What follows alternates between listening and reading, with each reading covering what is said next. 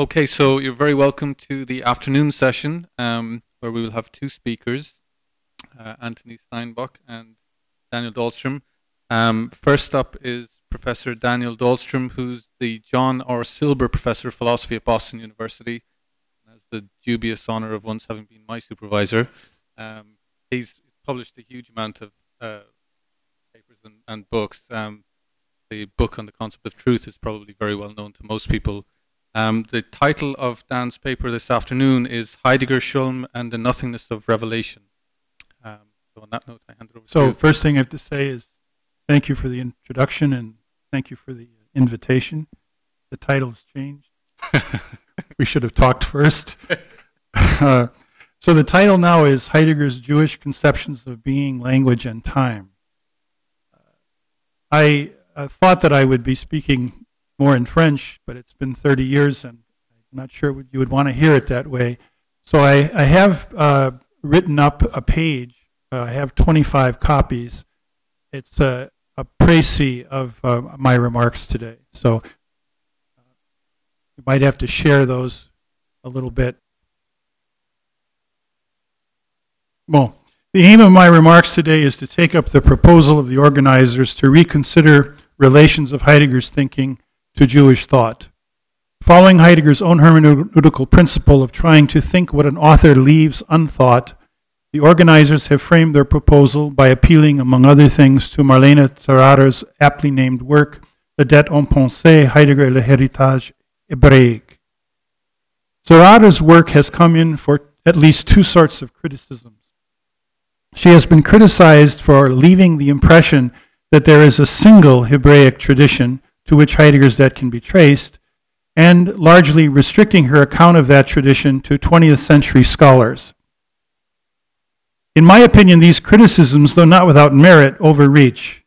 The generality of the reference to the Hebraic tradition is forgivable in a work that is attempting to break new ground. Moreover, at times she clearly flags potential lines of research needed to establish the historical evidence for that in detail. Still, while such considerations mitigate the force of these criticisms, they do so by conceding that they have a point. Accordingly, I understand the following remarks as a complement to Zerater's project in light of these criticisms. In the interest of indicating how Heidegger's thinking echoes various Hebraic traditions, I discuss three distinct sources of these echoes: Maimonides' negative theology, Mendelssohn's conception of language, and the messianic idea of Lurianic Kabbalistic tradition. So first, Heidegger's Jewish conception of being, morphing Mendelssohn's negative theology. Remarkably, Zerater's work does not include a single reference to the most important medieval Jewish thinker, Moses Maimonides, whose enormous influence upon scholasticism in the Middle Ages is well documented. One of Maimonides' most influential doctrines in this regard is his analysis of what can be said of God. He differentiates 5 groups of possible attributes: predicates indicating the defining whole of something, parts of it, qualities, relations, or actions. Since God's essence is one and simple, it is absurd, Maimonides concludes, to suppose divine attributes belonging to the first 2 groups, so a definition or part of a definition.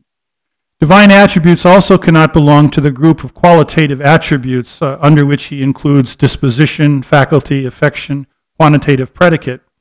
To predicate such a quality is to construe the latter, to predicate a quality of something is to construe the latter as a substratum and thereby once again to suppose a composition. Divine attributes can also not include relational attributes. The question Mendelssohn poses is whether there is a true relation between God and the substances created by God.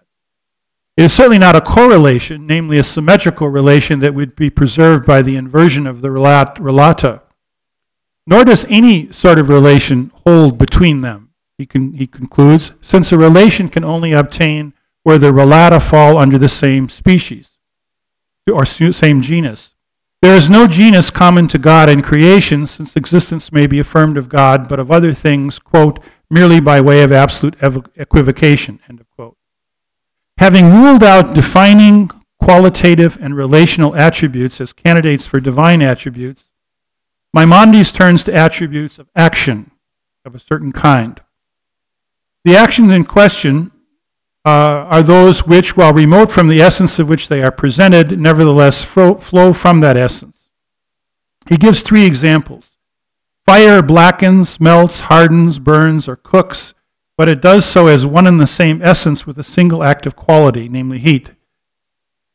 Another example, diverse sorts of actions, science, arts, governance, proceed from a single irrational faculty in human beings. Yet another example, perhaps key, is when it is said that, quote, Said is the one who carpentered this door, built that wall, or wove this garment, end quote. As the indexical and demonstratives in this last phrase make clear, neither the essence nor the actions here are generic. It is precisely action in this sense, so we emphasize the indexicality, that may be attributed to God. God remains one in all respects with nothing superadded to the divine essence, while a multiplicity of actions are attributed to God. The attribution of these actions corresponds to our knowledge that God exists, but does not give us knowledge of God's essence. Moreover, to say that God is powerful based upon God's action of creating is not to ascribe a disposition to God in some positive sense, which would fall into the third group of attributes. It is instead merely a way of saying that God is not powerless, and this negation of a privation, far from being equivalent via normal double negation to a positive attribution, merely states that divine action exceeds any comparison with action as we know it. Nevertheless, by means of such negations, we come closer to the apprehension of God. As this last remark implies, the point of these considerations, far from being purely speculative, is to come closer to God. Maimonides iterates how affirming something of God is in effect a way of becoming more remote from Him. Moreover, given our reliance upon negation in this connection, and given the fact that negation can never provide us with access to an entity's true reality, we cannot know what it is. After making these points, Maimonides adds, this is all from Guide for the Perplexed, thus all philosophers say, we are dazzled by his beauty, and he is hidden from us because of the intensity with which he becomes manifest, just as the sun is hidden to eyes that are too weak to apprehend it. End of quote. From the feebleness of negation, our only means of access to this hiddenness and intensity, Maimonides concludes that the most apt thing to say at this point is nothing, where saying nothing is a silent laudatio, as he cites Psalm 65:2, silence is praise to thee. So prima facie, there are some fundamental differences between Maimonides' negative theology and Heidegger's thinking, not least the fact that for Heidegger, the divinity is an entity, and like all entities, distinct from being, supposedly. Nevertheless, despite the differences, Heidegger's elaboration of what Ereignis means replays moves that are fundamental to Maimonides' negative theology. Like Maimonides, Heidegger rejects any appeal to analogy. Moreover, the Ereignis, like God, is not defined. No qualities or dispositions are ascribed to it, nor any relations, causal or otherwise. Instead, we are told of the appropriating of Ereignis's simplicity, Einfachheit, its singularity, Einsichkeit, and its solitude, Einsamkeit, such that nothingness is its most genuine neighbor. These are all from the Beiträge. Moreover, far from being the consequence of the relation of the relata, the appropriating event first brings the relata to themselves, since it is from this relation that they gather their essence. It is wholly extraordinary, das Ungewöhnliche, robbed of any assistance from explanations of entities, it's a quote, and its unfolding is not objective, ungegenständlich. Each of these claims would remain true for Maimonides if sein Ereignis were replaced with Yahweh. Just as Maimonides recommends silence in the wake of the recognition of the inappropriateness of any positive predication of the Supreme Being, so Heidegger recommends keeping silent in view of the fact that we never say immediately historical being itself, sein itself. A further parallel deserves flagging. As noted above, Maimonides rejects any attribution of a positive attribute to God on the grounds that it introduces a plurality. Yet he countenances the attribution of an action to God. And he argues this does not compromise the divine simplicity. One finds a cognate move in Heidegger's account of historical being, or the Ereignis. It unfolds or prevails, weist. It holds back, sich zurückhält. It withdraws, sich entzieht, and conceals itself, sich verbirgt. It appropriates, sich ereignet, and it grounds, gründet. Yet, as is the case with Maimonides' talk of Yahweh's actions, these predications, far from predicating something superadded to the Ereignis, as though it were a composite particular being, they are ways of saying what flows from Ereignis itself. Given the robustness of these structural parallels, one might wonder whether there is any historical evidence of Heidegger reading Maimonides. While the text on the history of medieval philosophy that Heidegger recommends to his students in his 1928 lectures includes a discussion of Maimonides, it's fairly short, it's about 4 pages, I know of no evidence of him studying Maimonides. But he clearly has more than a passing acquaintance with Eckhart, who is profoundly influenced by Maimonides. One scholar claims that no medieval Christian author knew Rabbi Moses better or was more sympathetic to his views. So too Eckhart cites Maimonides, after Aristotle and Augustine, more than any other thinker, including Aquinas and Albert. There is some reason then to speculate that Heidegger found his Maimonidean soul in the writings of Eckhart. Second, Heidegger's Jewish conception of language, morphing Mendelssohnian tradition. In the modern tradition of Jewish thinkers, both Moses Mendelssohn and Solomon Maimon place conceptions of language at the center of their philosophical thinking. Both affirm the centrality of language to thinking. Maimon is perhaps more radical in this score, issuing the challenge, quote, "Now I would very much like to know what philosophers want to have with their distinction between truth in speaking and truth in thinking." End of quote. For his part, in his works from the beginning to end, Mendelssohn repeatedly insists that language is the basic element of our conceptual life. Heidegger's views of language echo these sentiments, whether one considers his early claim that discourse is no less equiprimordial than the other basic existentials, Befindlichkeit und Verstehen, or his later claims that language is Haus des Seins and das Ereignis ist sagend. Yet Maimon and Mendelssohn are not by any means on the same page regarding the proper approach to language. Indeed, their differences amplify the diversity of Hebraic traditions. The thesis of the equivalence of thinking and language leads Maimon to endorse the pursuit of an ideal philosophical language.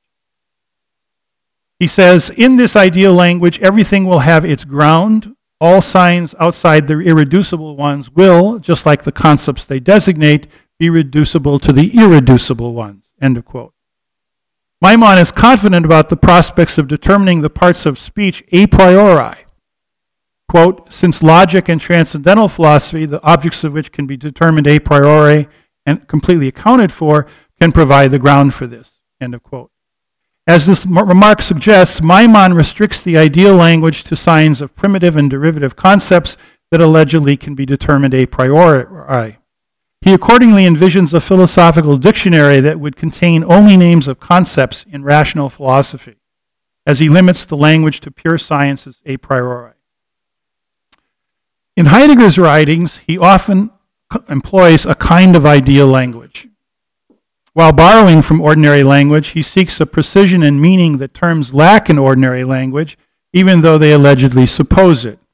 The nomenclature in Sein und Zeit provides several examples. The appeal to the traditional use of Kura, the ordinary ways of speaking of conscience, Gewissen, the nominalization of certain adjectives, vorhanden, zuhanden, verfallen. Particularly given the transcendental character of Sein und Zeit, there are obvious affinities with Maimon's claim that the transcendental concepts are at work in ordinary language. But the differences are even stronger, since for Maimon, following Kant, the references of the ideal language are a priori concepts of a logical or mathematical sort. When Heidegger in Sein und Zeit still indulges in talk of the a priori, he has in mind not concepts, but human existence as being in the world.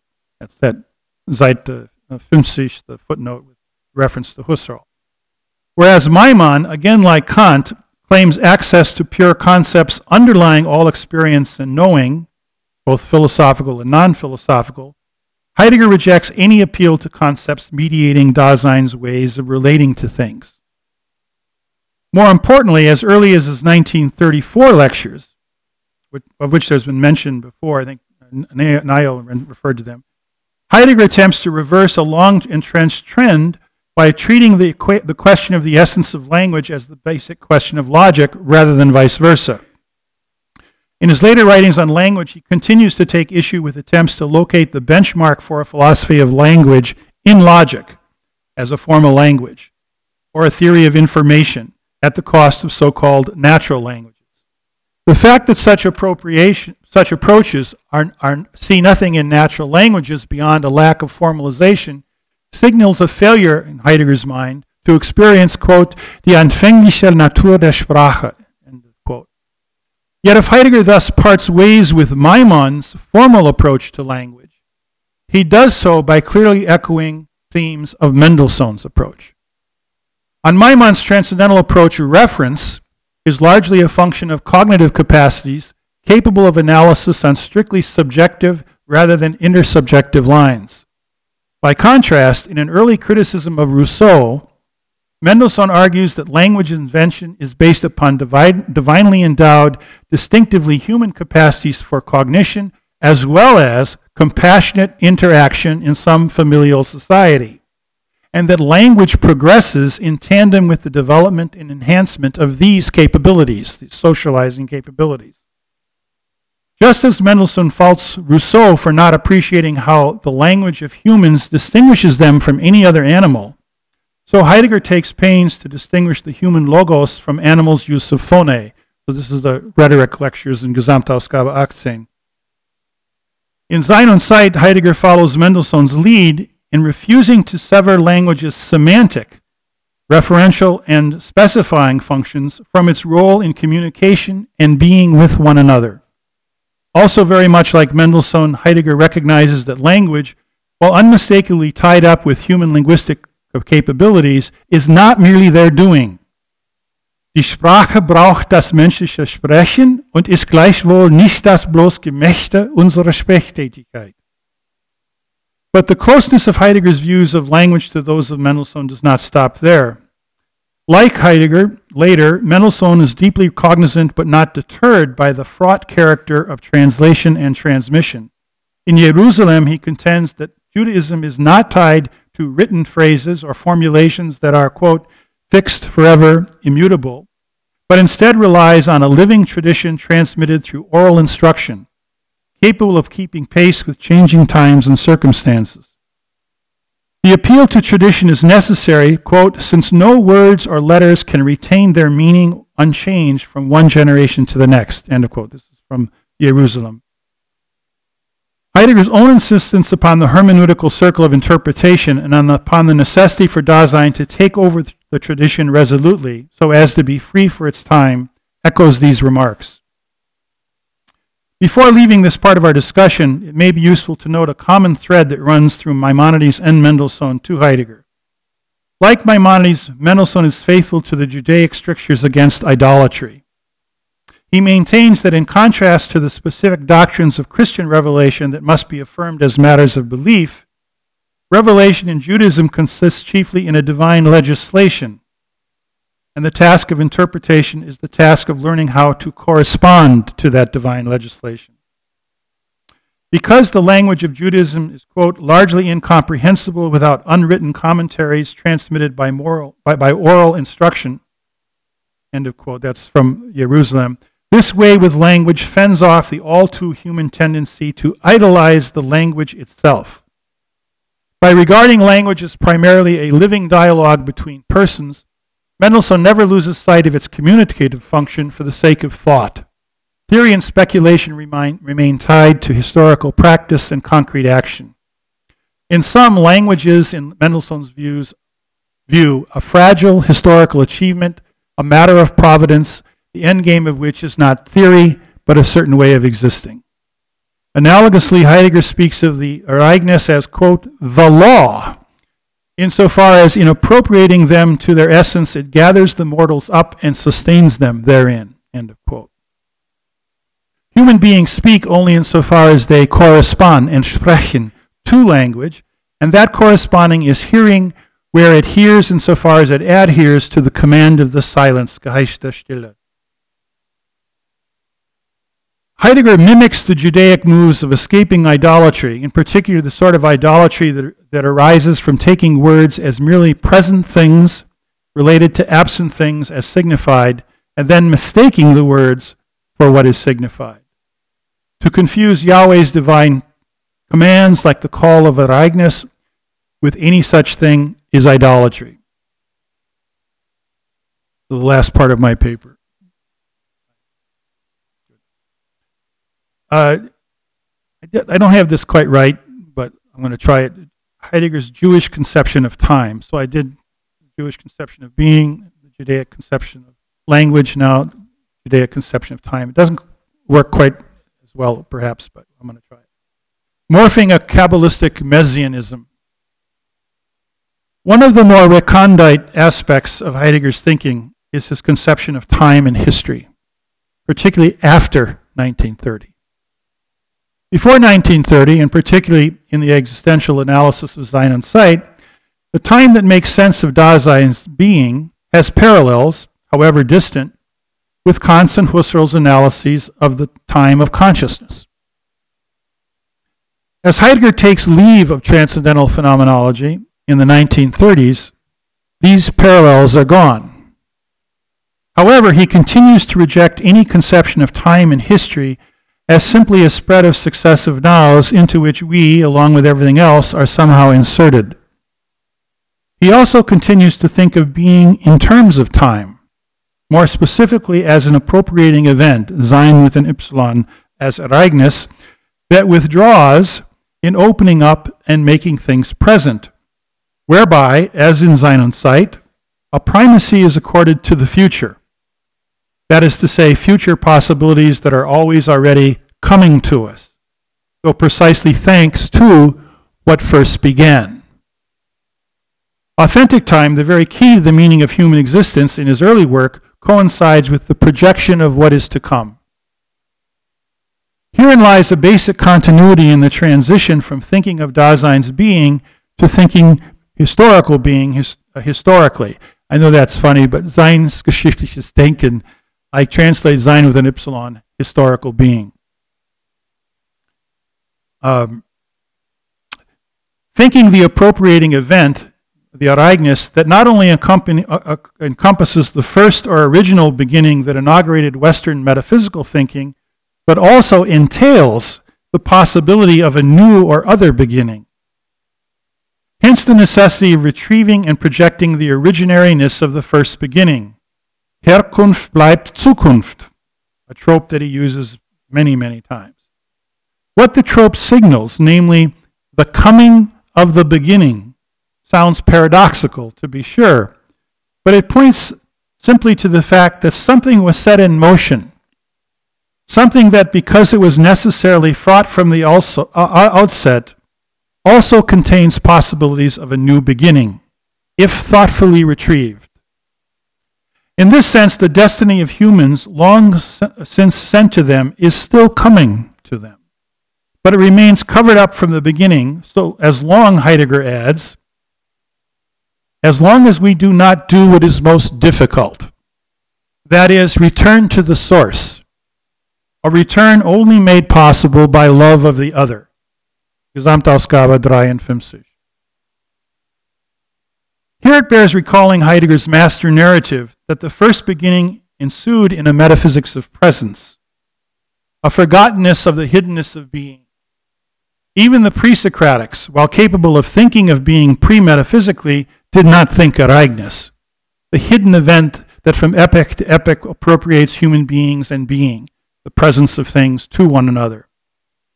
Hence the task of thinking requires rethinking, paying homage, andenken, to the beginnings of Western thinking, with the aim of retrieving the hidden ground and finding its redemptive possibilities in the catastrophic culmination of metaphysics. This master narrative has patent parallels to versions of Judaic Messianism.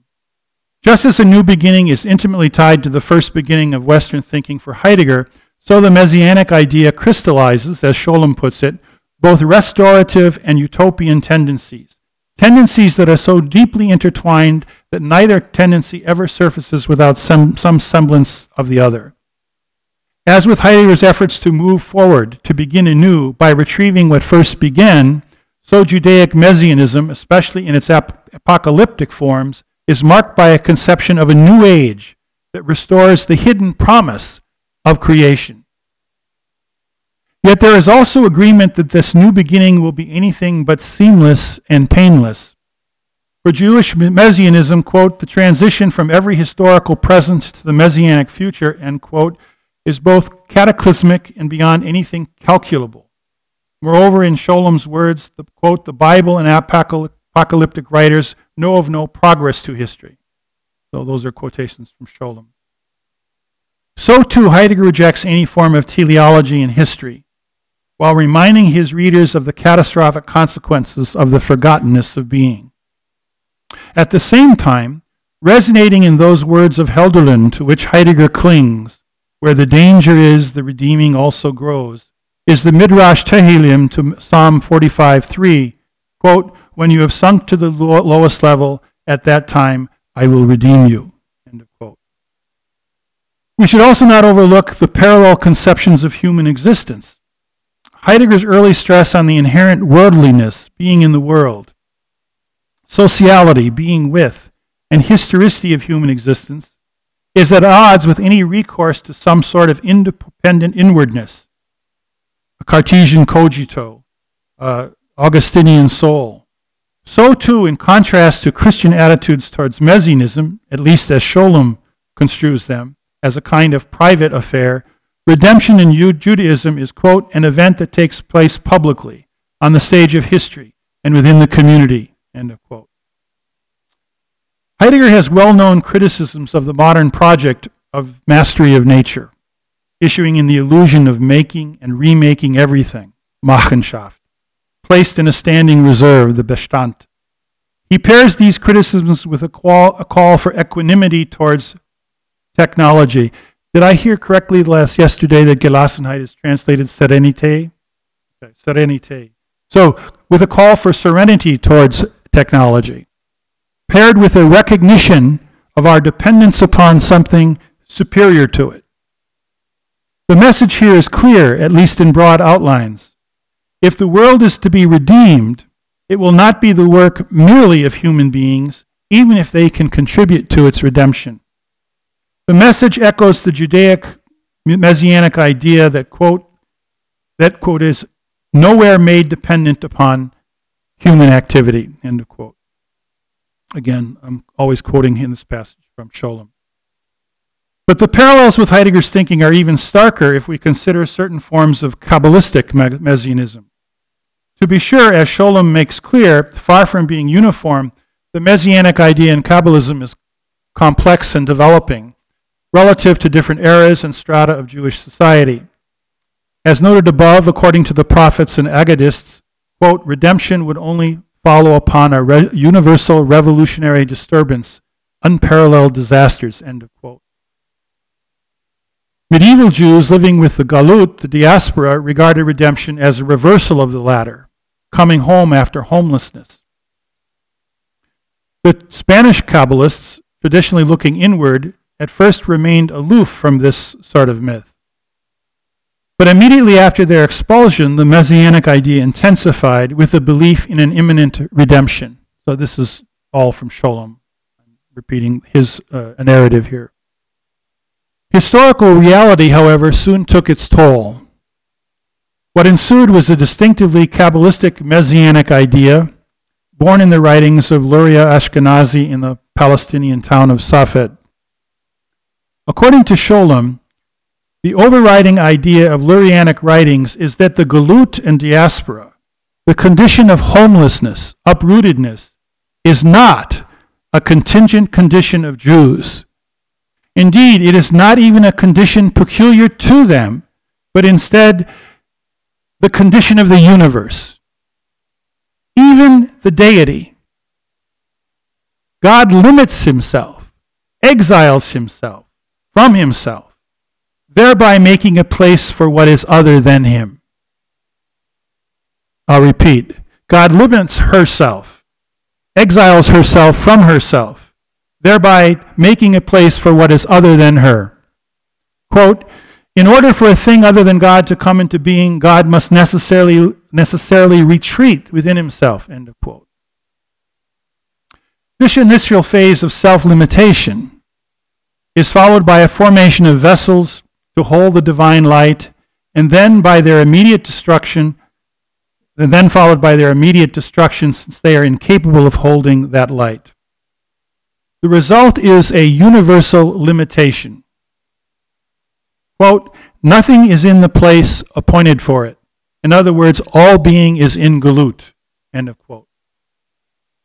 The radicalness of this Lurianic idea of being is that it includes everything, including the deity. This idea of being combines the idea of God withdrawing from herself with the idea of a universal uprootedness.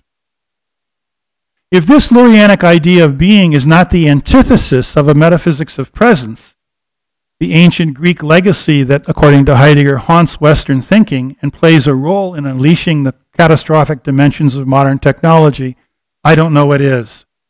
At bottom, being is an event of limitation in which presence and absence are joined at the hip. Heidegger conceives of being as Ereignis in precisely this way. Being as Ereignis withdraws and conceals itself as part of the unconcealment of beings. An unconcealment, aletheia, truth as disclosure, that is never complete, but always partnered with concealment. Thank you.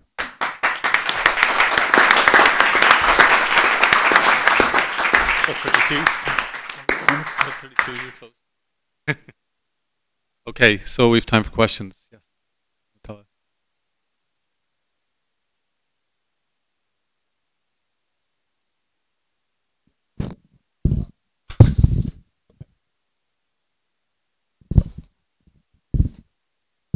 Okay, thank you very much. It was very, very interesting.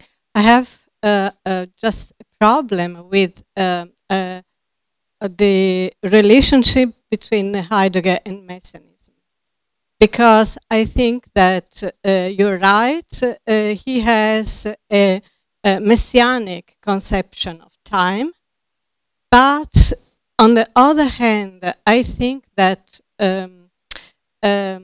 he has his horizon is between two negations, the negation of the no more and that of the not yet. And he doesn't know the what Paul Celan would say the dennoch. He doesn't know what is the messianic dennoch. So I think that that we should speak of an apocalyptic, but without messianism, of an anti-messianic apocalyptic. So he doesn't know what is tikkun. He doesn't have an idea of tikkun.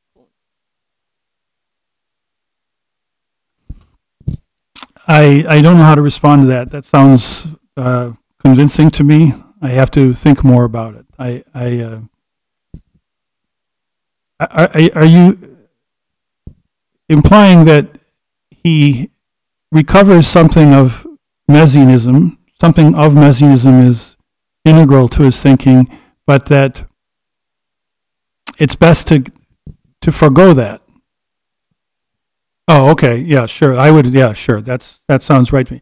There's in German psychology books in the 18th century, they make a distinction between Witz and Scharfsinnigkeit. When Witz is the capacity to find similarities, and Scharfsinnigkeit is the capacity to find differences. This is a paper of wit, if at all.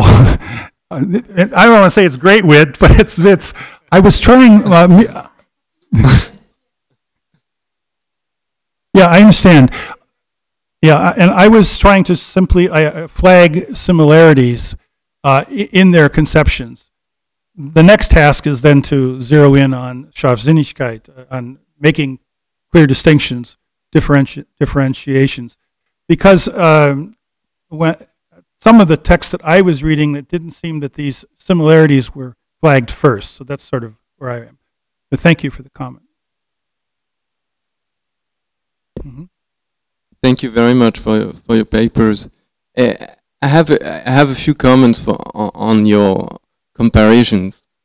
First, on Maimonides' negative theology, there is the counterpart of Maimonides' negative move is an assignment, a central assignment to science that is completely absent in Heidegger's philosophy, and very well represented in Cohen's interpretation of Maimonides. This negative approach of God is made by what Maimonides called scientific curriculum through the whole types of the being, which isolate actually in a negative way the divine. And this part of Maimonides is completely absent of Heidegger, and is very well documented at this time in Cohen writings, who use it, and Heidegger didn't want to hear about that. Concerning Mendelssohn, I agree, but also the Mendelssohn's view of oral tradition is actually a liberal move to integrate the Jewish community in the state. And here again, there is a very important part of the move of Mendelssohn, which is absent in Heidegger's way of thinking. He's actually thinking not the integration of the Jewish tradition in the states, but much more rejection of it. And for the Lurianic Kabbalah, I think, I agree with the comparison also, but in the Lurianic Kabbalah, you have a very important stress on theurgic activity, on a way of seeing the fulfillment of the law, of ritual law and halachic law, as a way of making this tikkun. And it's a theurgic reinterpretation of Jewish law, actually. And for Scholem, this is the reason why Kabbalah is better than philosophy, and the explanation of Jewish continuity. And here again, I think the status of formal law, of positive law, of positive tradition, is also completely absent in Heidegger's philosophy, who is not paying attention to positive law and halakha, or in some way. Yep. So thanks for all three comments. I don't think I agree with the first two, and the third one I think you're absolutely right. And maybe it's just I don't understand enough, but I don't see Heidegger's early or later philosophy as not still concerned with the sciences. It's true that in the Weltbild he seems, in contrast to Sein und Zeit, to see science as handmaiden to technology. But I think that's something he's still working against. And part of the attempt to think about Agnes is not any less an attempt than Being in Time was to readdress the Grundbegriffe der Wissenschaften. So there I think, I sort of think he's an old-time scholastic in a sense that Maimonides wouldn't have a problem with. But maybe I don't understand Maimonides well enough, but that's the way I would see that. On the Mendelssohn point, you're right that Mendelssohn's view has been taken, and I think rightly so, as a liberal move.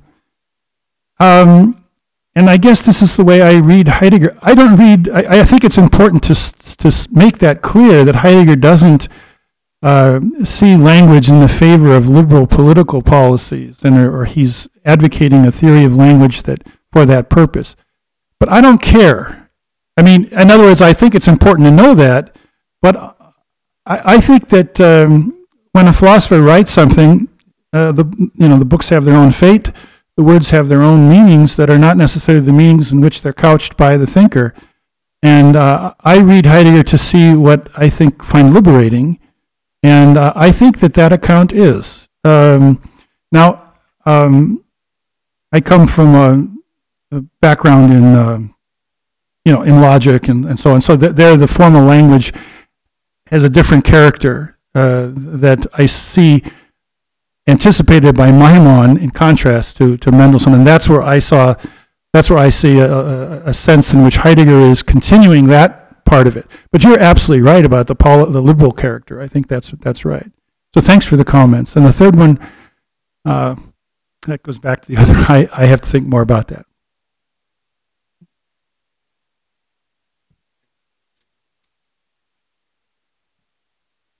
Thank you very much, Professor Dahlstrom. It's passionate, and you did only the Mishnah. Now we could do the Gemara for 10 hours maybe. But I would just like to add something about the Tikkun HaOlam. And I think that if you think about the conception of Tikkun HaOlam in the Zohar, in the Kabbalah, it's not only Tikkun HaOlam, I say the words in Hebrew so everybody understands. Azeh, it's also Tikkun HaOlam Haba. And if you understand what it means, you can see a kind of bridge. I don't say that it didn't know nothing about this, Heidegger, of course, but it could have passed through Schelling, and from Schelling through Jacob Bohm, and through Jacob Bohm from the Kabbalah or Kabbalistic rabbis. Anyway, we don't know. But there is a bridge that we can make and that we can understand with the last God. And the last God, it's not an epiphanic God, it's a Beitrager. It's a God that has to do with the way we think. And the way we rethink, you know all this by heart. And so this is very close to the Jewish thought. That the way we pray, the way we sing, and the way we understand the tikkun, and the way we make the tikkun by thinking and by interpreting and by hermeneutics will have an effect, theological effect upon God and all the divine world, upon the Sephirot. And another thing I would like just to add, so there are bridges, we can make bridges.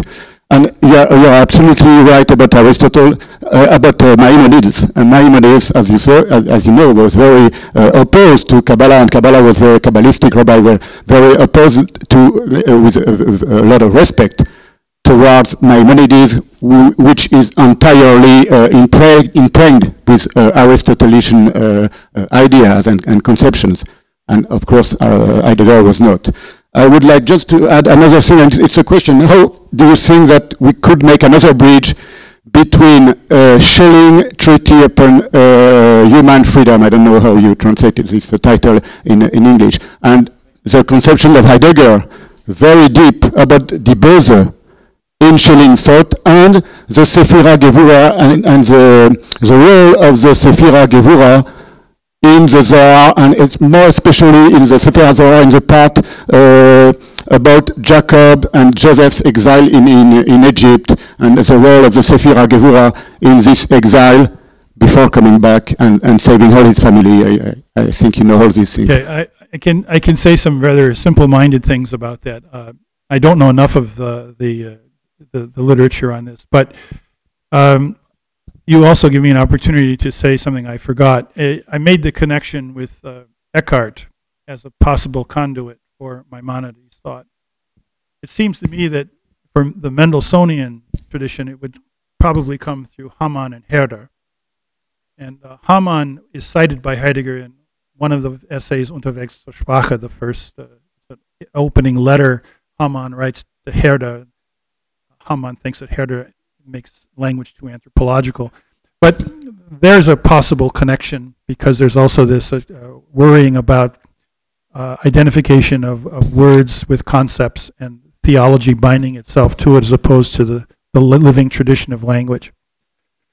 I've also failed to mention with regard to the third part that the possible conduit is Schelling.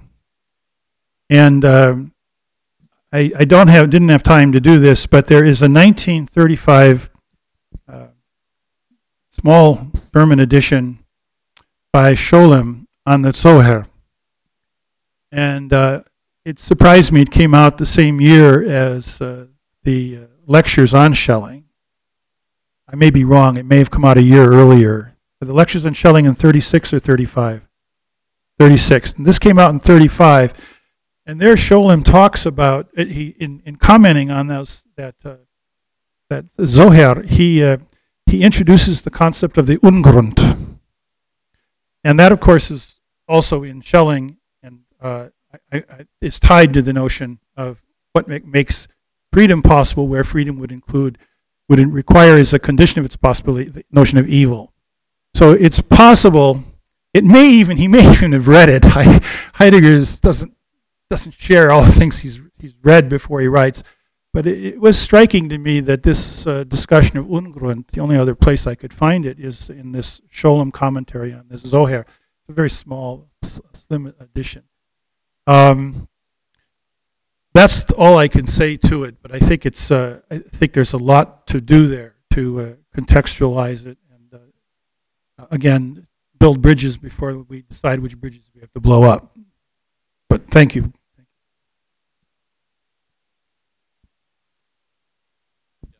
Last question.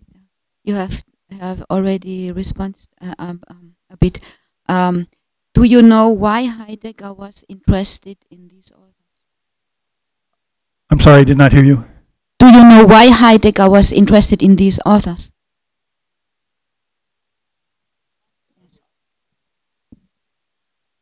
I don't think he was particularly. I think he was interested in Eckhart, and Eckhart is a place in which he could have heard of the negative theological themes from Maimonides. He clearly we know now he's got some of the later editions of the Gesamtausgabe. There's one on Herder's Ursprung der Sprache, and that, of course, that's preceded by the Rousseau piece on the origin of language. In one of the contests at which where Mendelssohn beat out Kant that the Academy put forward, I think the question was, why can't metaphysics have the kind of conceptual rigor that mathematics has? And Mendelssohn was given the prize, but because he was Jewish, then they said, oh, we'll give it to Kant too. That same Academy came out with the question, if God hadn't given human beings the capacity for language, could they have developed language on their own? And Hamann said, of course not. And Herder sort of tries to waffle it in between. And Heidegger's addressing those. He's certainly reading that.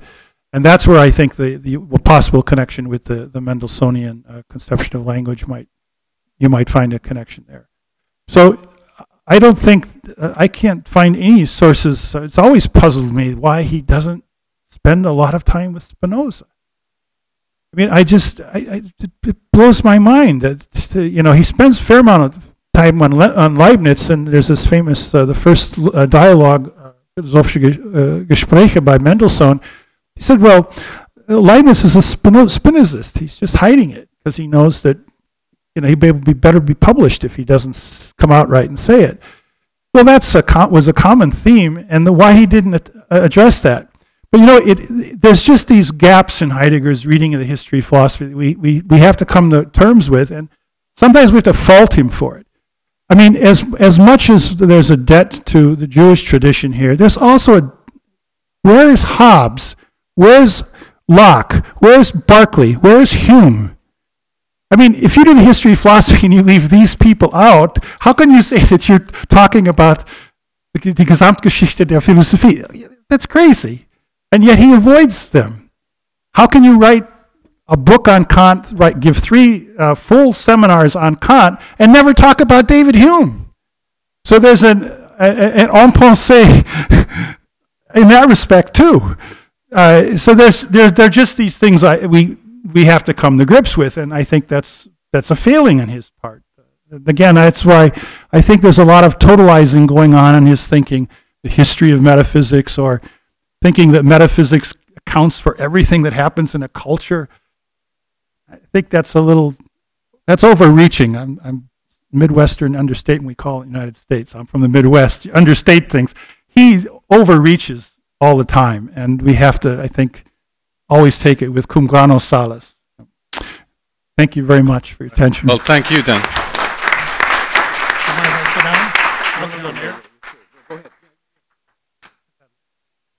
Going to stay where you... I'm getting out of the light. I feel like I'm being interrogated. Okay, so we move on to our second speaker, Professor Anthony Steinbach, who's Professor of Philosophy at Southern Illinois University, Carbondale. Also, I believe, the Director for Phenomenological Research at the Research Center there. Again, as with Dan, I'd be here quite a while reading out all the publications, but I should say that from what I can tell, you've just published a book called Moral Emotions, Reclaiming the Evidence of the Heart, which is very recently published. And the title of Professor Steinbach's paper today, hopefully we've the right one, unlike that, is Heidegger, Machination and Jewish Question, the Problem of the Gift. Perfect. Yeah. Without further ado. Thank you. So again, I'd like to thank both Joseph and Raphael for the invitation and for the organization of the conference. Je vous remercie chaleureusement. I recall my first sustained exposure to the so-called Heidegger affair, the Jewish issue. I was a day stipendiat in Bochum listening to the radio when a report came through about Heidegger's Nazi affiliation. The commentator said something like, how could Foucault, a radical leftist challenging power relations, how could he read Heidegger? How could Derrida, the philosopher of difference, read Heidegger and draw inspiration from this Nazi? The overall point was that the Heidegger waters were toxic, and if one draws philosophical sustenance from these waters in any way, then the reader too will be poisoned. It is best then to avoid any contact, lest we too become contaminated even against our better selves. When the Farias book was first released, I recall thinking, should we reduce the meaning of a work to the life of a person? If the skeletons in one's closet are exposed, does it render his or her work suspect? Is Sein und Zeit inherently Nazi? Is it anti-Jewish? And if this were really true, are we really so insecure in ourselves that we think reading a work will contaminate us or even our own thought? Could Jews become anti-Jewish by studying Heidegger? And even if Heidegger were a Nazi, does it mean that his writings are fascist, national socialistic, or even anti-Semitic? Not everyone was as naive as this reporter, and to the credit of certain philosophers in Germany at the time where I was, they were not so reductionist. Waldenfels, Pögler, held in Wuppertal. Peter Travny was also there in Wuppertal at the time. Elmar Hollenstein.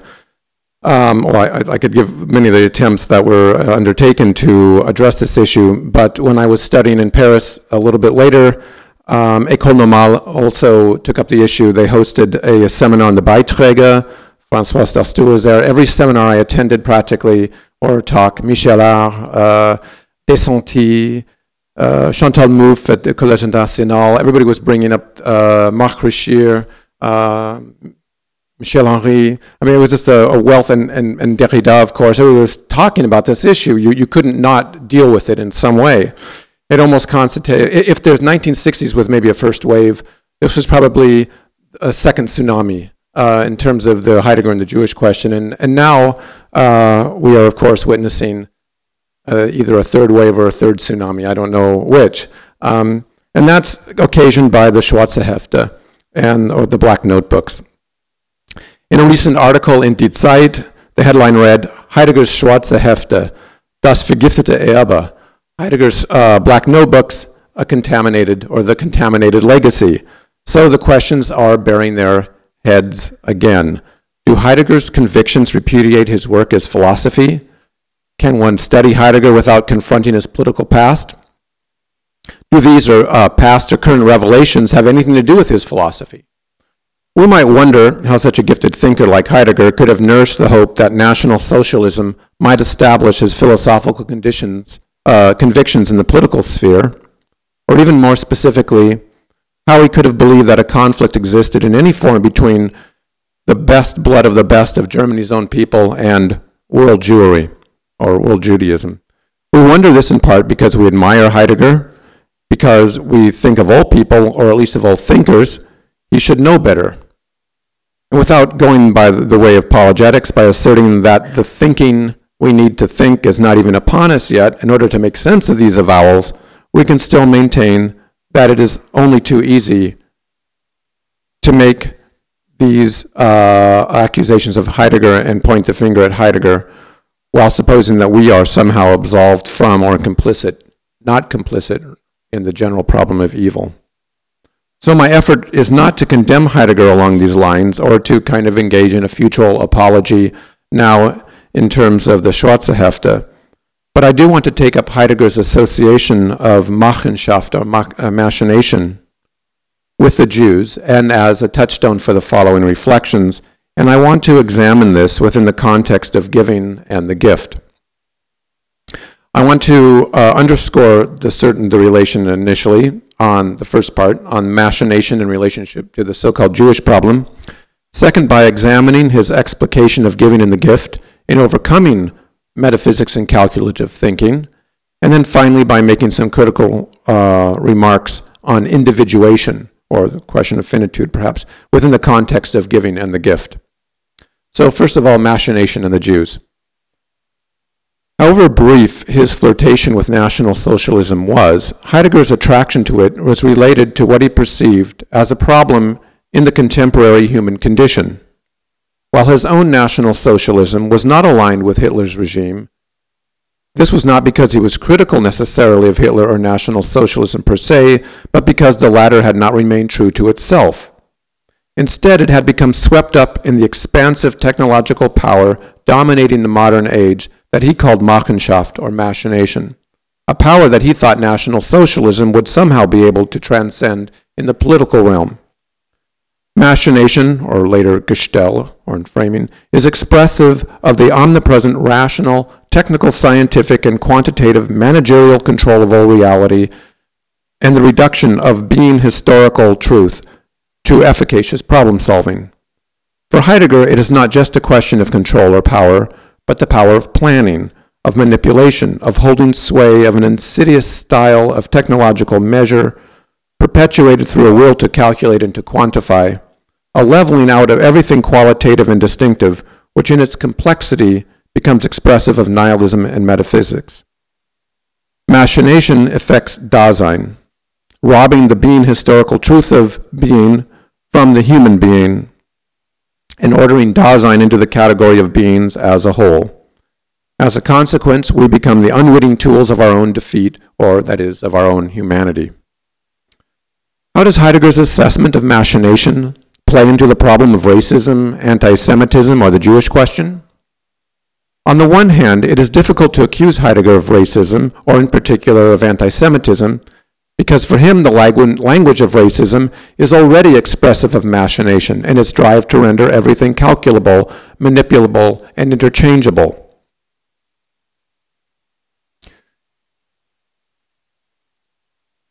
It is true, however, that Heidegger stereotypically associates the Jews with a propensity for calculating and profiteering, and therefore ascribes machination and the alienation of being to the Jews and to Judaism. Furthermore, unlike the Germans, who are rooted in soil and history, the Jews are homeless. And Judaism suffers from the so-called uprootedness, being putatively bound to nothing, and therefore having a propensity to make everything serviceable or at its disposal. In short, the Jews are caught up in and susceptible to the intoxicating matrix of machination, but they are also cast as the privileged conveyors of machination, draining themselves and everyone else of their being, historical existence, and of their humanity. Put differently, Jews were not for Heidegger a political or a racial problem, but they were a metaphysical problem, because the Jews, and among others of their ilk, are the symptomatic conveyors of the withdrawal, forgetfulness, or the abandonment of being. Heidegger reflects, and I quote, "The question concerning the role of world Jewry is not a racial one, but the metaphysical one, concerning the type of humanity that can straightforwardly and non-bindingly undertake as a world historical task the uprootedness of all beings from being." Close quote. Machination is not Judaism's fault, but because of its apparent similarity in structure, the Jews are presumably particularly adept at machination's domination and can especially prosper in it. While machination is expressed in the radical quantitative indifference and interchangeability of all beings, while it is also expressive not only of the withdrawal of being, but of our perilous forgetfulness of the withdrawal, for Heidegger, the extreme position of machination meant that we were, and presumably still are, also on the verge of something else, a new beginning. The openness to the mystery of being as the overcoming of machination qua metaphysics should be the harbinger of a new sense of uniqueness that has no essential connection to the leveling out of differences in terms of interchangeability and the quantitative and technological control. The question for us, however, bears on the structure of Heidegger's thought given the problem of overcoming metaphysics, which amounts to an overcoming of machination and therefore overcoming world Jewry and also pluralism and democracy and liberalism and Christianity and Bolshevism and mass communication. The question is not, therefore, whether or not Heidegger was anti-Semitic or a Nazi, or whether we might be contaminated by his writings. Rather, given these world historical events, the concern is whether or not he guides us successfully to the matter of individual uniqueness that he professes or he points to, and to collective and individual responsibility in the face of such uniqueness. So I turn to my second part on the gift and responsibility. I have attempted to grapple with some of Heidegger's notions of individuation in two previous occasions, in the context of religious experience and in the context of the moral emotions.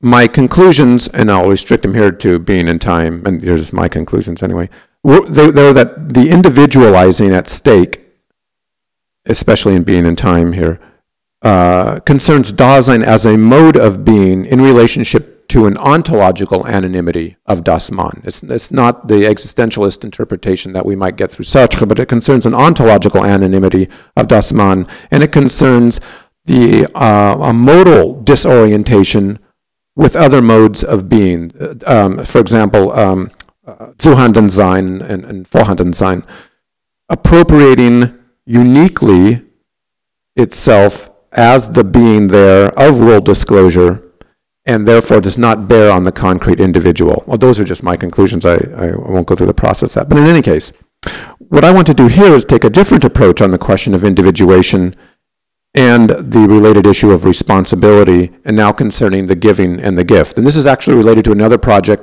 in which I also take up Maimonides, but I can't do it here.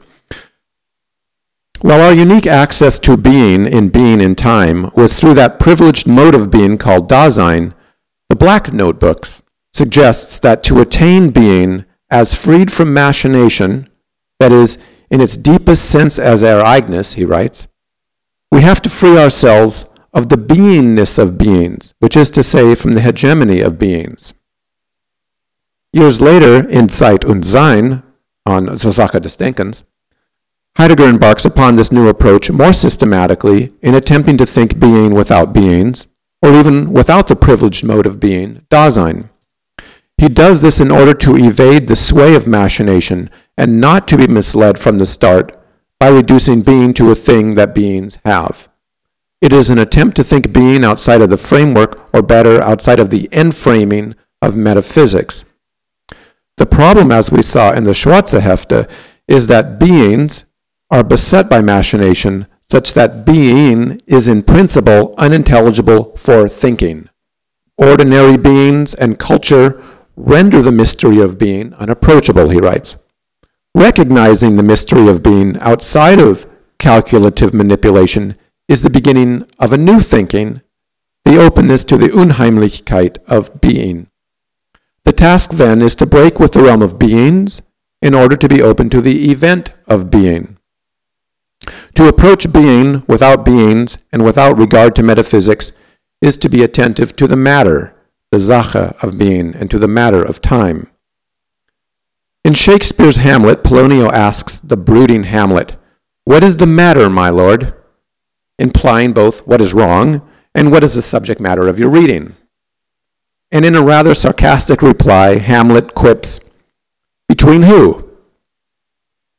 Here, Shakespeare is playing on another sense of the term matter, namely as a conflict or a tension in between. It is precisely this sense of matter, or in German Sache, to which Heidegger hearkens when he characterizes being and time as matters. Being and time are matters of thinking, they are not beings, they are not things. What is at stake is the relation between, and hence Heidegger's sense of a Sachverhalt, as he says, or that which issues them forth as matters. The relation relates time and being, and yields or ergibt time and being. In this way, Heidegger approaches being and time not through temporal beings, but through the giving, the letting forth of being and time. Well, one could use the predicate form, being is or time is. This would point to some particular thing that is in being or time, and hence reducing them to something before us. Thus Heidegger resorts to another expression, es gibt sein, es gibt Zeit. Literally, it gives being, it gives time. In order for this not to be a mere difference in idioms, it is necessary for Heidegger to turn to the phenomenological experiential dimension of this expression and to describe the it and its giving, without an appeal to beings or to Dasein. Heidegger notes that from the very beginning of Western thinking, being and time are thought, but not the es gibt that gives the gifts of being and time. How is it that we've missed the es gibt? It's because the es gibt, the it gives, withdraws in favor of the gifts which it gives. The retreat opens a space for gifts to be thought misleadingly as being with regard to beings. Conceptualizing allows us to conceptualize being as the ground of beings and time with regard to the present. They then can become the possible projects of calculative manipulation at our disposal, in short, the province of machination.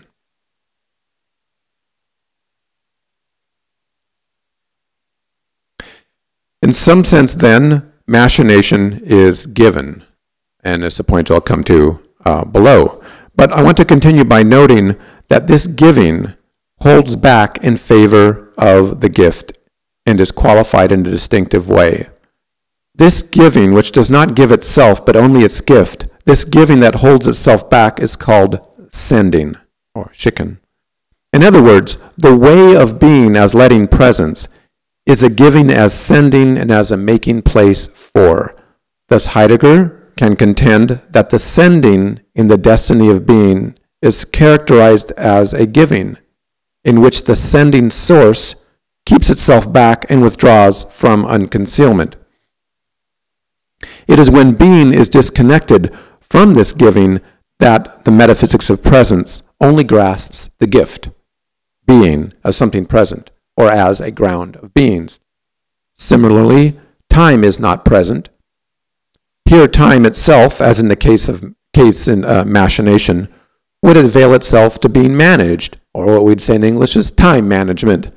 or saved, like something I could possess, like I'm saving time by not reading this sentence, or it's a particular slice of time, tea time, and so on.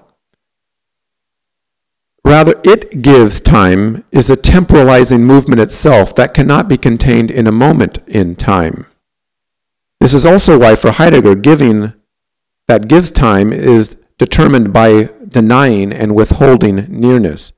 Belonging to giving as sending, we can also find a keeping back or holding, which is a denial or a removal from the living present.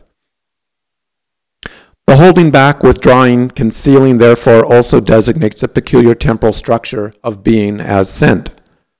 The holding back, the holding in abeyance, is epical, or as Heidegger says, it is an epic, like the Greek epoche. It is the holding back of itself for being and time. Each of its transformations, namely its epochs, remains destined in this way, such that the history of being means the destiny of being. Being is unconcealed for thinking with its epochal modifications, with its manifold sendings that in some way take place as history. If being and time are unconcealed gifts, then we can ask, what is withheld in this approaching? In the expression es gibt, or it gives, for Heidegger, it's the it as giving. Heidegger capitalizes the impersonal it in the expression it gives, not to determine it as another kind of being or even being itself, but to highlight a peculiar presence of an absence in the it gives being and it gives time. Further, he attempts to gain access to the it by thinking the kind of giving that belongs to it, namely giving as sending, and as epical destiny as an opening up that reaches out. To evoke this dynamic character of the it through its kinds of givings, Heidegger qualifies it further as Ereignis. Ereignis is often translated in American as the event of appropriation in order to capture the sense both of eventing, occurring, or happening, and belonging, appropriating, and owning. I supplement this translation with a different one that also captures the sense of Ereignis in these two senses, namely, taking place. Deepening his earlier sense of truth as aletheia, or unconcealing concealing, and retrieving the kinds of giving detected in being and time as noted above, namely sending, extending, Heidegger hones in on the it gives as withdrawal. Accordingly, as much as Ereignis is appropriating, Ereignis withdraws what is most fully its own from unbounding concealing. In the language of appropriation, Ereignis can be said to expropriate itself, such that expropriation too belongs to Ereignis as such. The keeping back, the denial, the withholding shows something like a self-withdrawing, or what he calls an Entzug, or the withdrawal. Now, there are 2 points that I would like to focus on before going to my more critical observations that concern Heidegger's description of taking place, or Ereignis, presented here. The first is that in Heidegger's description of Ereignis, the gift of presence, being, vanishes in Ereignis. This is Heidegger saying this. He writes, any as structure that would hold in tension a dynamic unity in difference disappears. Thus, Heidegger tells us that in the expression being as Ereignis, being means simply letting presence in Ereignis. Where time is concerned, it's time as Ereignis means simply extending, opening in Ereignis. So we could put it this way, being and time taking place in taking place. Ultimately, this means das Ereignis ereignet, or taking place takes place, only sheer eventing. When we become attuned to sheer eventing in this way, we realize that the attempt to overcome metaphysics only reinforces metaphysics, so that the proper thinking on this matter which can be realized in poetry and art and in philosophy, calls thinking simply to cease all overcoming and let metaphysics go its own way. Second, being and time are gifts of giving, where the giving is qualified as a sending, extending, opening. Given that it withdraws in favor of the gifts, given that it gives, given that Ereignis withdraws in expropriation as appropriation, given that the as structure disappears, what happens to the gifts? Heidegger reassures us that while the withdrawal is peculiar to Ereignis, while we lose the tension of the as, the gifts are not expunged or not removed from the giving in the withdrawal. He says this in a couple places. The gifts, Heidegger reassures us, are retained in the self-withdrawing, sending of giving. Being and time belong to the it gives. Accordingly, being and time, the gifts, disappear in Ereignis. Being and time are appropriated in Ereignis. Being and time take place in taking place as expropriation. In and of itself, and at least on a certain reading, Heidegger's descriptions may not be seen as problematic. After all, Heidegger is attempting to evoke the sheer, unmotivated event of being released as letting presence, such that the gifts of being and time take place in taking place. Or we can follow Heidegger to the extent that the gifts take place in taking place, but we might rest assured that the gifts are retained in the giving and not forsaken, while we can be reassured that the gifts belong properly to Ereignis.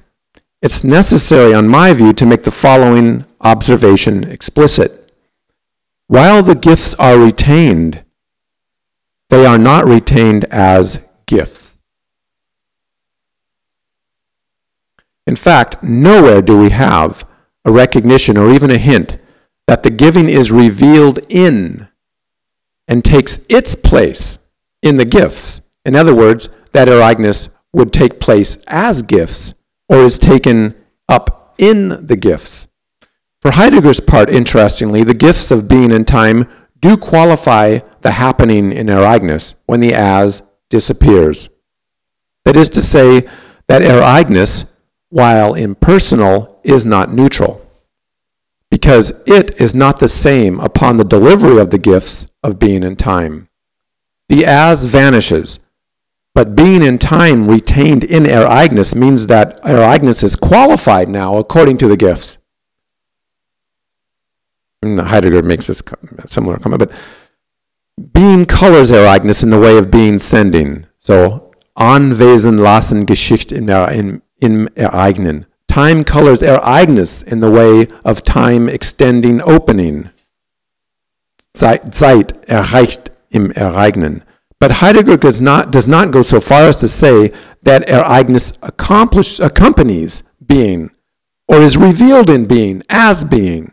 That Ereignis accompanies time, or is revealed in time as time. Of course, one can appreciate Heidegger's sensitivity here. He's trying to face this sheer eventing and to give heed to that indeterminacy and to that mystery. What occurs, occurs within Ereignis.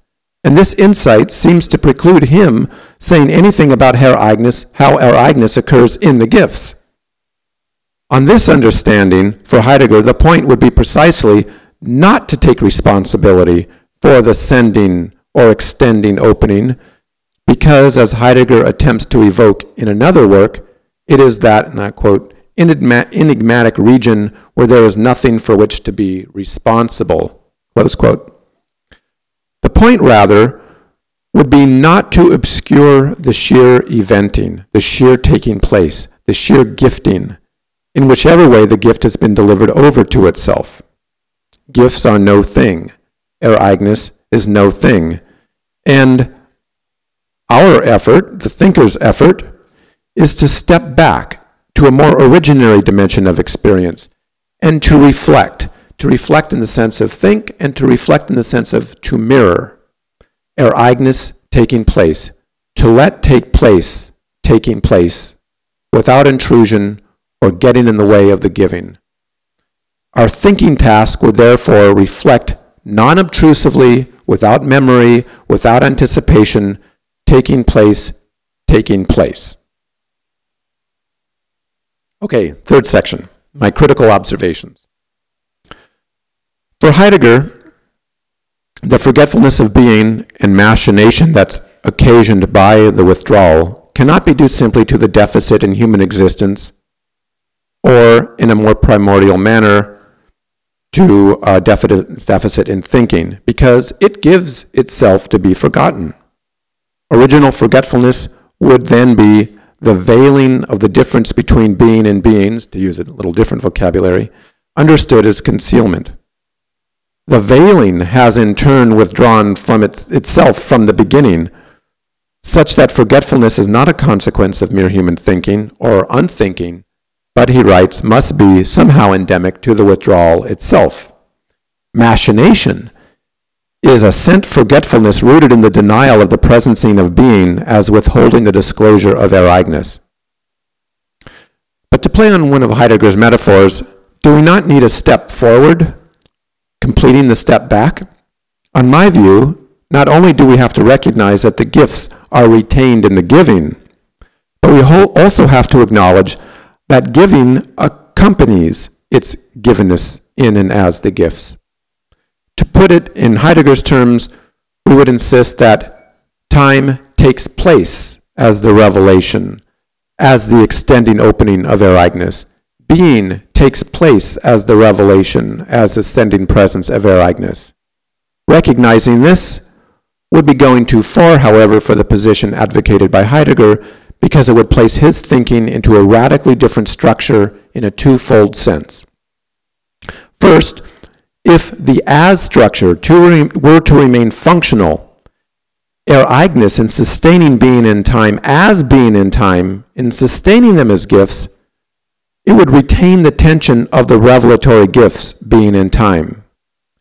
If this were the case, then the sustaining giving at this level would have to be qualified more radically, and it would have to be expressive of this unique, distinctive structure that he doesn't have, not as sending or extending opening, but I suggest in terms of the emotional sphere, and more specifically as loving, as a unique ereignis of difference.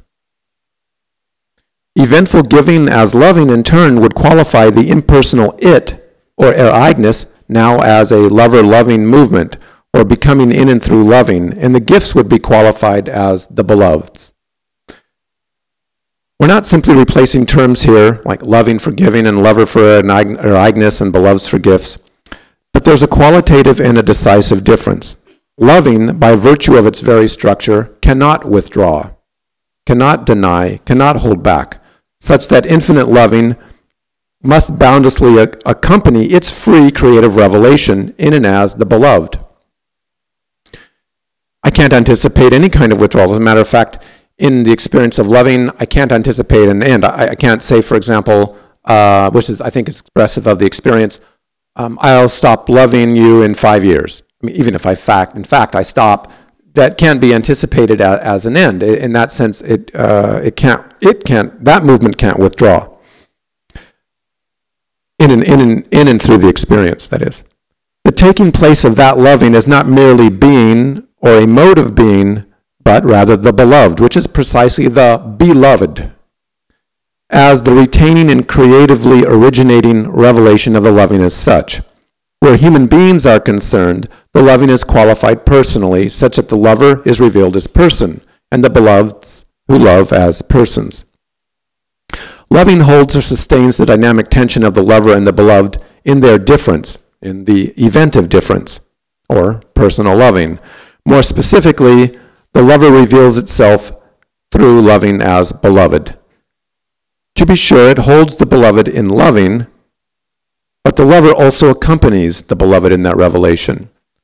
Rather than expropriation or appropriation, rather than denying, withholding, holding back, we would understand loving as necessarily, infinitely, vigilantly accompanying its own revelation in its loving, as letting beloveds become what, or in the interpersonal nexus, who they are. We find such an experience articulated not in the paganism of the ancient Greeks, for who Heidegger already stood within being and did not have need of culture, but we find it, for example, in the Abrahamic mystics, in the experience of Baqda in the Islamic tradition, or sustaining, in the experience of the sparks of holiness being contained in every shard of the broken vessels, or in the name being found in every name. Or again, where a father, mother, or parent is given as or in the children, uniquely. It comes down to being able to account for individuation, uniqueness in an interpersonal register. On this understanding, machination would be problematic because of the over-accompanying of loving that is always somehow there, because machination goes against the presence of persons. The problem of machination is experienced most profoundly in this way, namely in turning away from or in the violation of persistent loving. This also means that the revelation of loving is what is normal, and it's machination that's abnormal, as it were, because it takes did I mess up? Well, sorry. How did I mess up that page? There we go. Because it takes place, it's abnormal because it takes place within or going against the vigilance of loving. In short, characterizing the movement as a withdrawal, as denial, as withholding, constitutes a profound misunderstanding of our belonging together, a misunderstanding that we can see has dramatic consequences for Heidegger. One of the consequences is the following.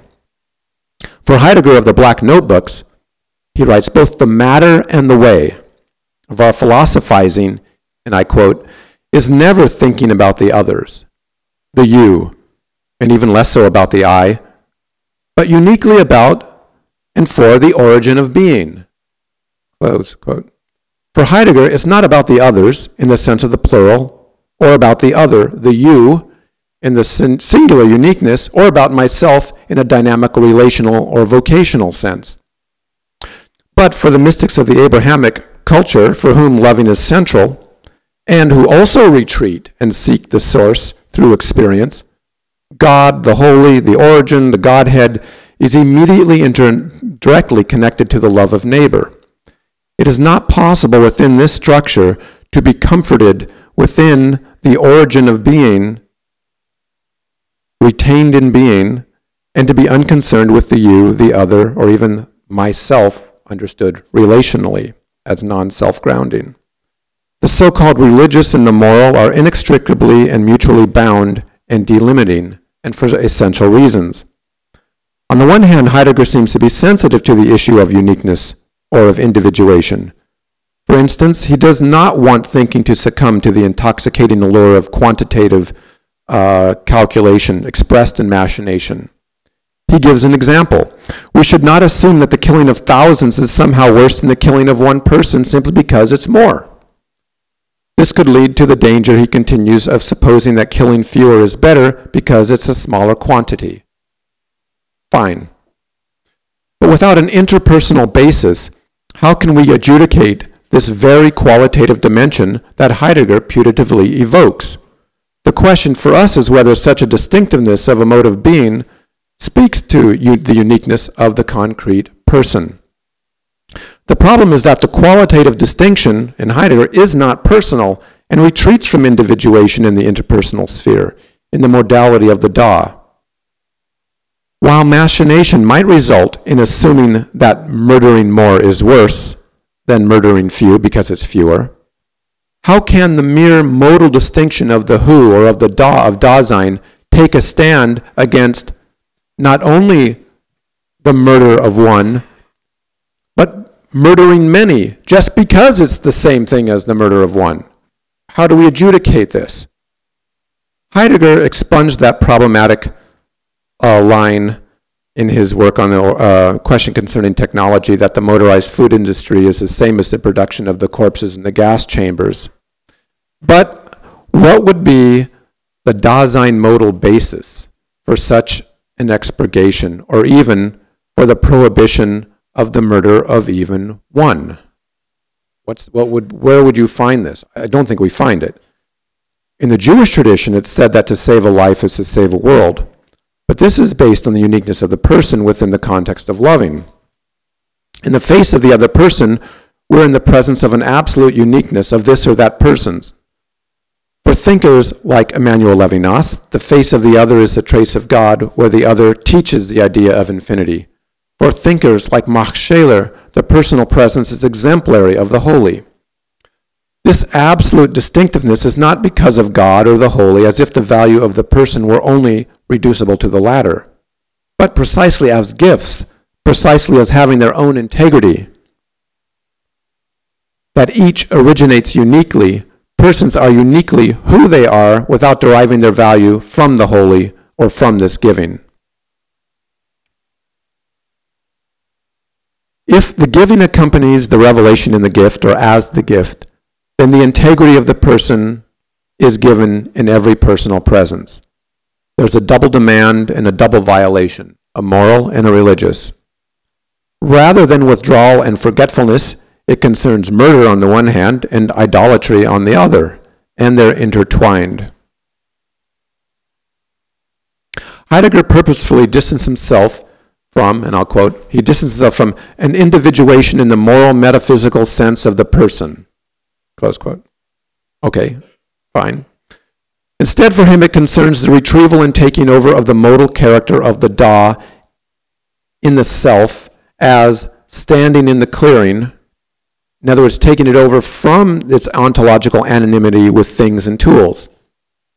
But precisely for this reason, in my view, Heidegger is still too far this side of specificity to provoke an experience or to get an experience of guilt, despite the fact he talks about it, shame, repentance, or responsibility. We lack the direct interpersonal encounter, the face-to-face, the person-to-person, in which the other would be revealed and make us in awe. Shoy, not in the face of being or as a new fundamental mood, but of the other person in his or her uniqueness, or even myself as beloved. The occurrence of 6 million Jews gassed and tortured could not be an historical happening reducible to the anonymous Machenschaft.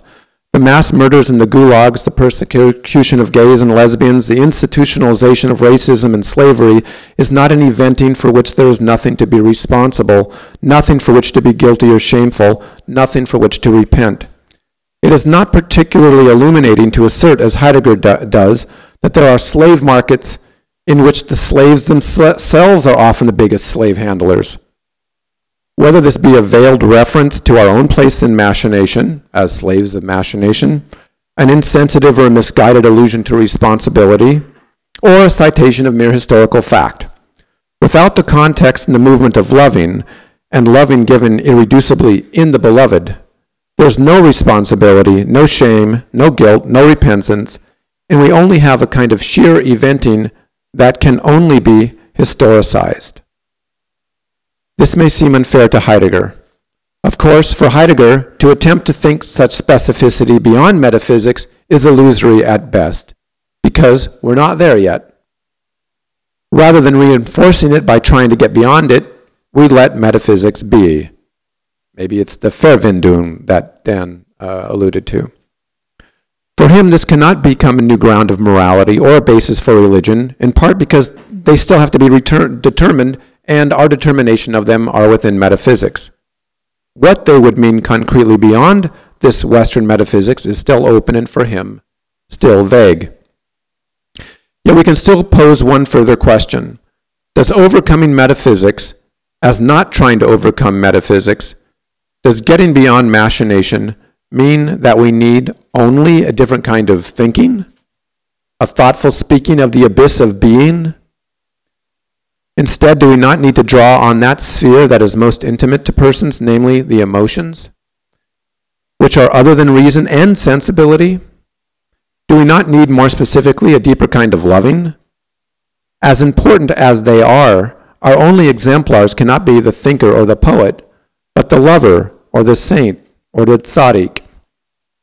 The basic problem in Heidegger is that he, philosophically for his own reasons, could not come to terms with uniqueness or singularity or individuation in the appropriate manner.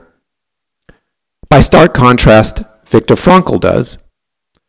He writes, "The uniqueness and singleness which distinguishes each individual and gives a meaning to his existence has a bearing on creative work as much as it does on human love. When the impossibility of replacing a person is realized, it allows the responsibility which a man has for his existence and its continuance to appear in all its magnitude." Finally, let me hasten to add that this does not mean that Heidegger's work is meaningless. It does not mean that it's contaminated. It does not mean that it is fascist. The philosophical difficulties are not just with Heidegger alone. In fact, Heidegger is at least confronting the problem in a profound and reflective way, which is more than what most of us do. We can still sort through those insights that are helpful for us overall, but his matter and way are all the more misleading because of his depth. What is called for, then, when confronting the stranglehold of calculating managerial technologies, or machination, is not a novel paganism of thinking, but a rehabilitation, a reclamation of the emotional sphere of human persons, and in particular, the interpersonal emotions, which give us novel ways of freedom, critique, normativity, and specifically a deeper sense of person. Thank you.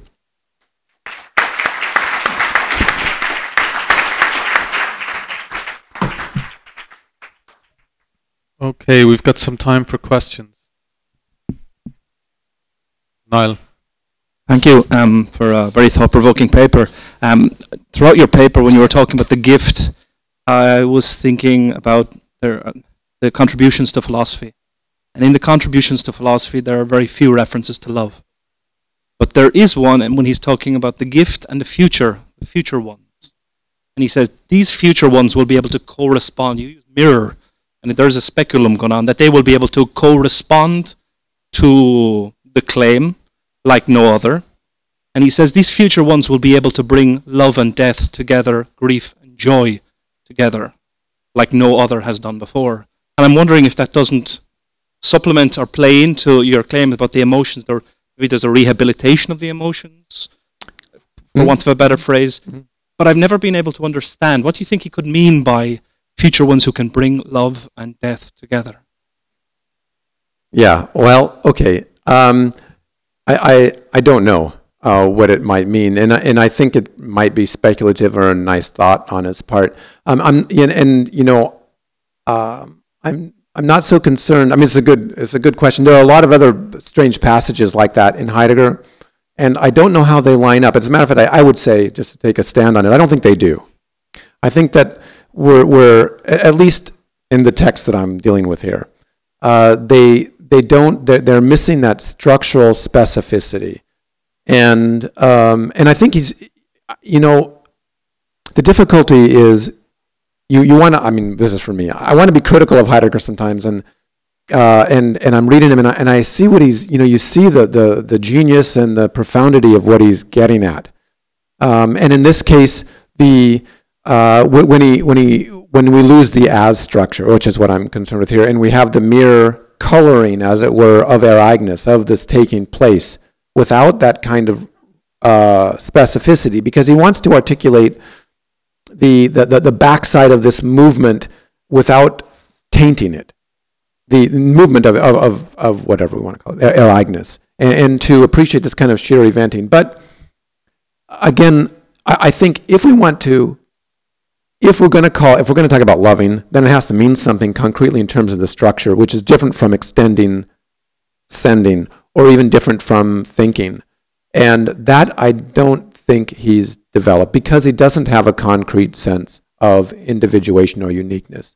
And in terms of, if one wanted to reply, Dasein, for example, and he talks about guilt or something, but the distinction there is, again, modal, and it's concerned with not an anonymity among others, the Dasman, but an anonymity of being. In other words, any being who has the being of the Da loses itself among the being of things and the being of tools, essentially, and that's the problem. But you don't have the specificity of the uniqueness of that person. And that's because, again, you don't have ereigness taking place in the gifts. But he asserts at least 3 times, that it's like, don't worry, it's not lost. Okay, he's not using these terms, but let me use it in this way. Ereigness preserves the gifts. All is not being in time, or however far you want to extend down the giving, it'll be retained. It'll be retained in the ereigness, in the giving. But then you have a different tradition, like the Abrahamic tradition, in which that giving, or loving, whatever you want to use it,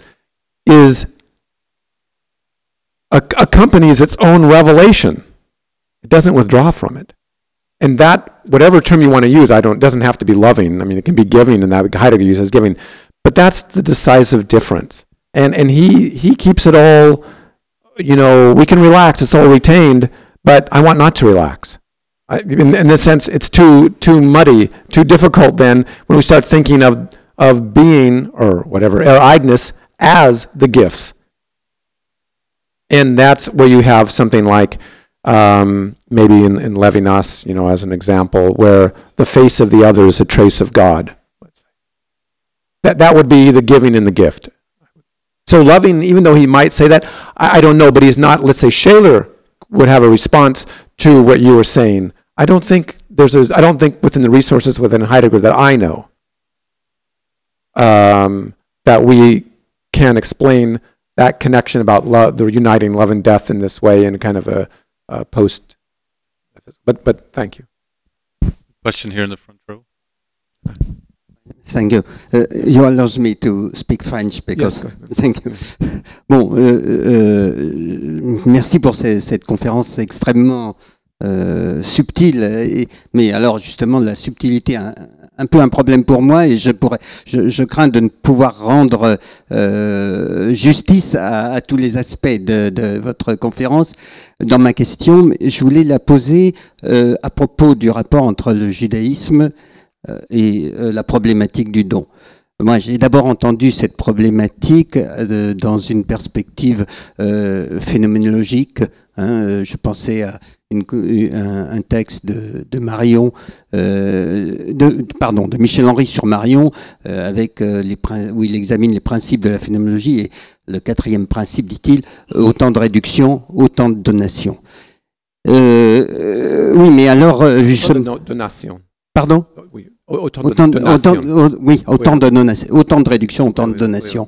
Bon, mais c'est justement à ce point que je voudrais essayer d'articuler ma question, parce que Marion, par exemple, notamment, lisant Lévinas, puisque vous faisiez référence à cela, privilégie évidemment la question de l'amour, l'intentionnalité de l'amour, etc. Si ce n'est que je me dis que chez Lévinas, ça n'y est pas, ou ça n'y est pas comme ça.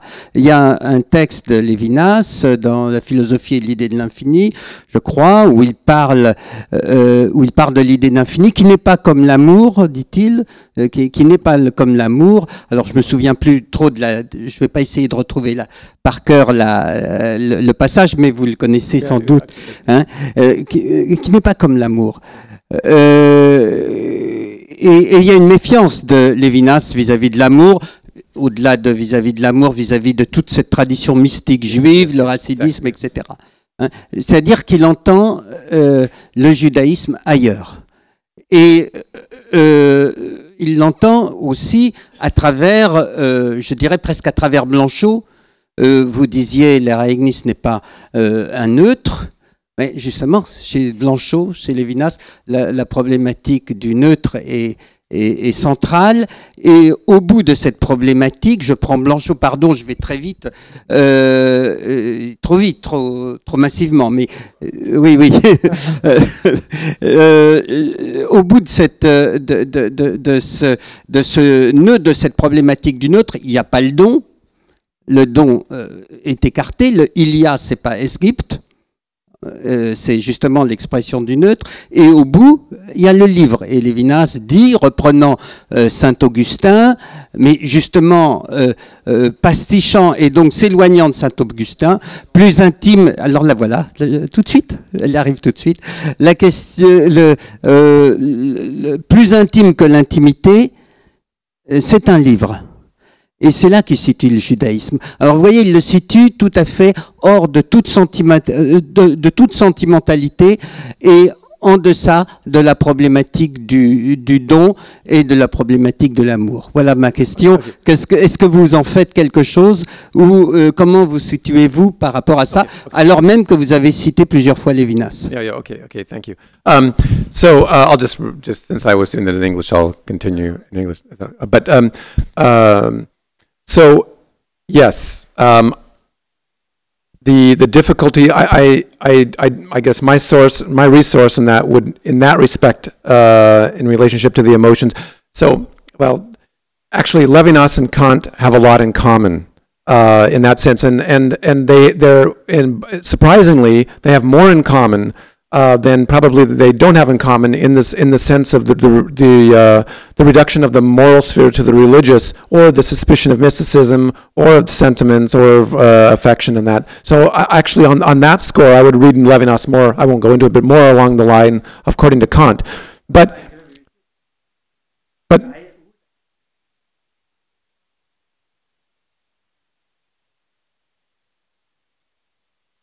Yeah.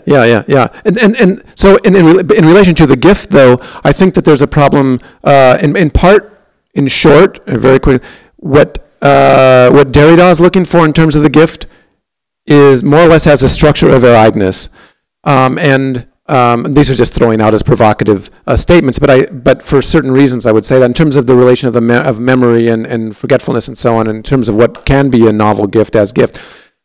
In Marion, there are also different attempts at bracketing the giver and the givee in order to qualify the structure of the gift. But what both of them leave out, interestingly, and this is why I mentioned Maimonides at the very beginning, and to hook up to Maimonides again, all of these other levels of giving can be accounted for in terms of the critique either by Derrida or Marion, except for the highest one in Maimonides. And he doesn't talk about loving, but it's qualified by two things: participation and liberation. And he's not concerned about, Maimonides is not concerned about having to hide yourself, although it is a form of gift giving and gift. It's not a matter of hiding oneself or being anonymous in relation to the giving and gift and the giving and the giver and so on and the gift. But the essential structure of the gift in Maimonides becomes participation and allowing the other to become independent or liberation. So it has a particular structure, and this is significant, in an interpersonal context. I am face to face with the other in the gift giving in Maimonides as the highest form of gift giving, and that's the structure which I think has to be approached. I am approaching and want to approach the question of the gift, and not actually in terms of the so-called reduction and reduction to givenness in Marion. Okay. Thank you. Yeah. Thank you. Okay, we have one more question from Joseph. Anthony, thank you very much for the talk. It was very interesting. Just a question. I wanted to a question and a remark. Okay, the ereignis.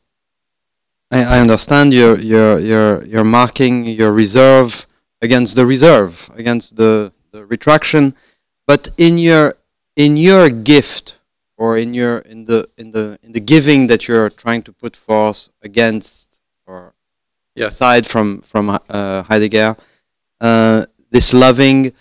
I was wondering, and you said that this gift accompanies the gift. I'm wondering, does this accompaniment for you mean an overflowing in the gift, or does it accompany it just at the right measure? Just for it to present or to be retained? No measure. It would be no measure. So it would be overflowing. Yeah. But then the question is, are you so sure that for this overflowing to be possible, don't you need a form of retraction? Don't you need a form in the gift of somehow some sort of reserve? Because then you would fall, if it gives itself entirely, overflowing the present or the entity or the gift, then you would fall into a radical immanence. You could fall into a radical immanence where the gift, the giving in the gift would be lost. Oh, you could. And so when I'm referring to this, of course I couldn't hear, but in this other work on phenomenology and mysticism, which actually, it wasn't my title, but it was because it would sell better. That's what the press said. So whatever, didn't make the top 10, so it didn't really work. But in that work, I looked at the certain descriptions of certain experiences of the mystics in the Abrahamic tradition, certain ones within the Islamic tradition, Ruzbahan Bagli, for example, Rabbi Dov Ber in the Jewish tradition, Teresa of Avila in the Christian, among others, and looked at their experience of the qualification of this overflowing, and in their experiences, who weren't reflecting on this, at least philosophically, they did not have that problem. Of course, there is a sense of what we would call affliction, or what we would call affliction as an absence of God, or this description, but it wasn't the same as a retreat. And so I would try to look at their experiences rather than have myself reflect on that. So I think it is possible to have that structure, or to see that structure within these other particular experiences, at least within the Abrahamic tradition. Okay, we're out of time, but I'd like to thank Professor Steinbock for a fascinating paper.